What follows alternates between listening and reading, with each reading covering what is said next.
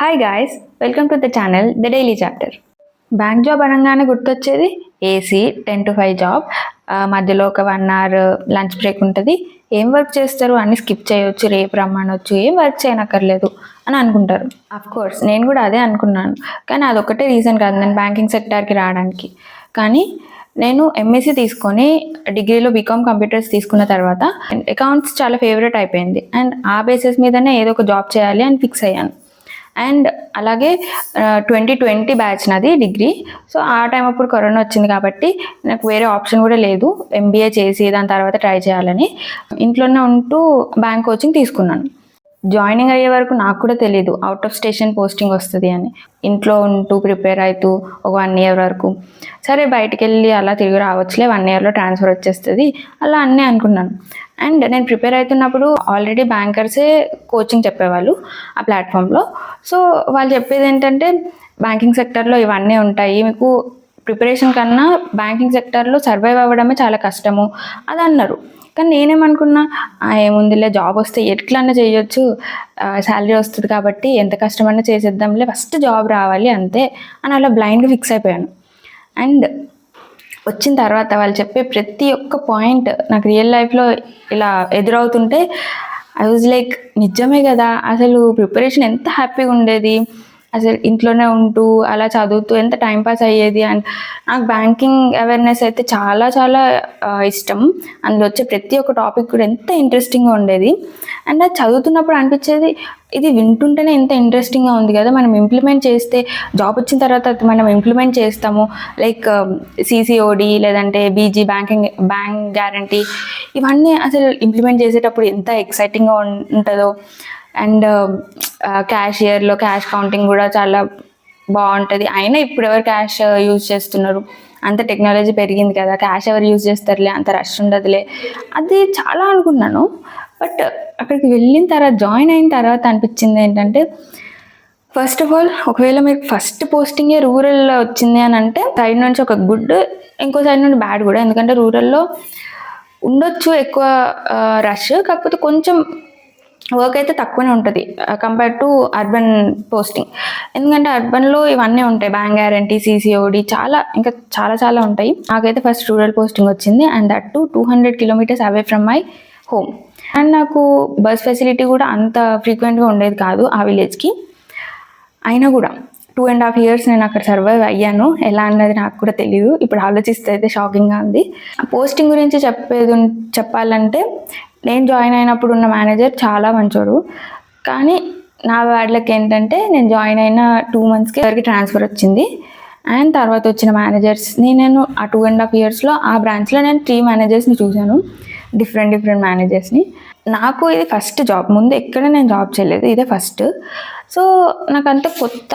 And మెయిన్గా banking ఫీల్డ్లో మీరు జాయిన్ అవుతున్నారు అని అంటే బ్లైండ్గా ప్రిపేర్ అయిపోండి దట్ మీ ఏజ్ గ్రూప్ వాళ్ళు అయితే అసలు ఉండరు, మీకన్నా సీనియర్సే ఉంటారు. అండ్ వర్క్ ఎన్వైరన్మెంట్లో మీకంటే సీనియర్స్తో వర్క్ చేయడం, వాళ్ళ మైండ్ సెట్కి మీరు మాట్లాడేదానికి లింక్ అవ్వడం, ఇవన్నీ చాలా కష్టం అవుతాయి స్టార్టింగ్లో. నేను కూడా చాలా సఫర్ అయ్యాను.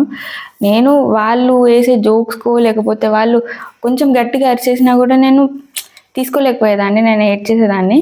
అలా చాలానే అయ్యాయి. అన్నీ ఒక లెసన్స్ లాగా నేను నేర్చుకున్నాను. And coming to the work load చాలా ఉంటుంది అనేసి చాలామంది రీల్స్ కానీ నేను కూడా చేశాను. కానీ ఫస్ట్ నేను అనుకున్నది ఏంటంటే ఇంతవరకు అసలు ఏముంటుంది, జస్ట్ మనం వెళ్ళినప్పుడు చూసేది ఏంటి, account opening, cash deposits, receipts and transfers కానీ, గోల్డ్ లోన్స్ కానీ, లోన్స్ రిలేటెడ్ ఇవన్నీ ఉంటాయి అని అనుకున్నాను. బట్ వెళ్ళిన తర్వాత అర్థమైంది ఏంటంటే ఒక అకౌంట్ ఓపెన్ చేయాలన్నా దానికి ఉన్న ప్రొసీజర్ ఎంత ఉంటుంది అనేది, లేదు ఒక ట్రాన్స్ఫర్ చేస్తున్నామంటే దాని వెనకాల ఎంత కేర్ తీసుకోవాలి అని, లేదంటే ఒక మొబైల్ నెంబర్ చేంజ్ చేయాలన్న ఒక కస్టమర్కి ఎన్ని ప్రూఫ్స్ ఉండాలి, చాలా డీటెయిల్గా అందులో ఉంటుంది. ఇవన్నీ కూడా మనం ఫాలో అవ్వాలి అనుకున్నాను.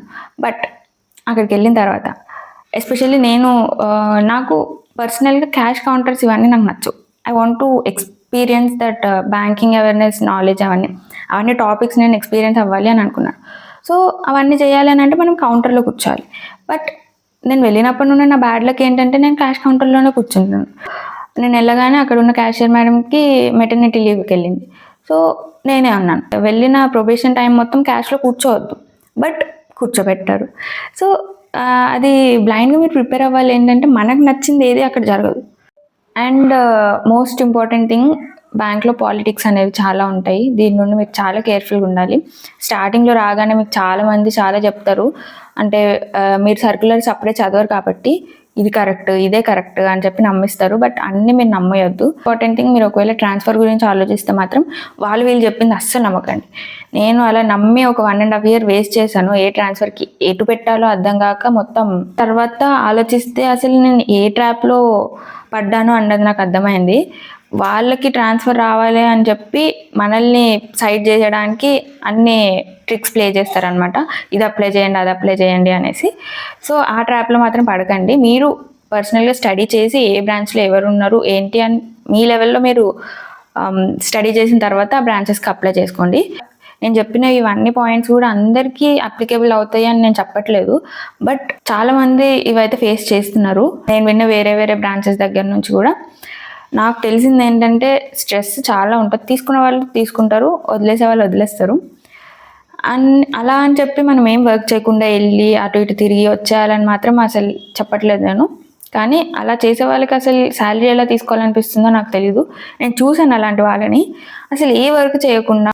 అండ్ ఓవరాల్గా చెప్పాలి అని అంటే రియాలిటీ హిట్స్ హార్డ్, చాలా హార్డ్. అటు వచ్చిన తర్వాత as a said 10 to 5 job అని అనుకుంటారు అందరూ, కాకపోతే 10 to 10 కూడా అవుతాయి ఒక్కొక్కసారి. అండ్ ఆడిటింగ్ జరిగినప్పుడు 12 కూడా అవుతాయి. ఇవన్నీ చెప్పినా కూడా ఎవరు నమ్మరు, కాకపోతే రియల్లీ ఆ టైం అవుతుంది. అంటే అందరికీ అనట్లేదు, ఆఫీసర్స్కి అయితే ఖచ్చితంగా ఉండాల్సిందే వాళ్ళు. సో ఇవన్నీ కూడా ప్రిపేర్ అవ్వండి. ఒట్టి 10 to 5 జాబ్ చేసినా చేయకపోయినా ఎవరు ఏమన్నారు. లీవ్స్ చాలా ఉంటాయి, ఎప్పుడంటే అప్పుడు పెట్టొచ్చు. లిటరలీ ఒక లీవ్ అడగాలంటే మేము ఎంతసేపు అడుక్కోవాలి తెలుసు మేనేజర్ దగ్గరికి వెళ్ళి. ఒక రోజు లీవ్ కావాలంటే ఎందుకు, దీనికి ఇన్ని రోజులు ఎందుకు, అన్ని రోజులు ఎందుకు, ఎక్కడుంది, ఇక్కడ ఎంత డిస్టెన్సే కదా, నీకు 2 days ఎందుకు లీవ్, ఇన్ని క్వశ్చన్స్ అడుగుతారు. అండ్ మీకు అవన్నీ తెలీదు, చెప్పినా కూడా మీకు అర్థం కాదు. లీవ్స్ ఉన్నాయి కదా పెట్టేసుకోవచ్చు, ఎంజాయ్ చేయొచ్చు అని.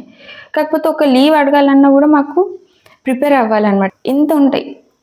కానీ ఇవన్నీ అందరికీ తెలీదు. అందరూ బయటకు చెప్తారో లేదో తెలీదు. అయిన తర్వాత సఫరింగ్ అయితే అందరు అవ్వాల్సిందే. బట్ ఓకే, బ్యాంకింగ్లో రావాలనేది ఒక ప్యాషన్ ఉండేది. ఎందుకంటే నేను ముందు చెప్పినట్టు బ్యాంకింగ్ అవేర్నెస్లో ఉన్న టాపిక్స్ అన్నీ నాకు రియల్ లైఫ్లో ఇంప్లిమెంట్ చేయాలి అని చాలా చాలా ఇంట్రెస్ట్ ఉండేది. సో దాన్ని బట్టి అది నాకు ఒక ప్యాషన్ లాగా క్రియేట్ అయ్యి బ్యాంకింగ్ సెక్టర్ తప్ప ఇంకేది జాయిన్ అవ్వను, ఏ జాబ్ చేయను అన్నట్టు బ్లైండ్గా ఫిక్స్ అయిపోయాను. కాబట్టి దీంట్లోకి వచ్చాను.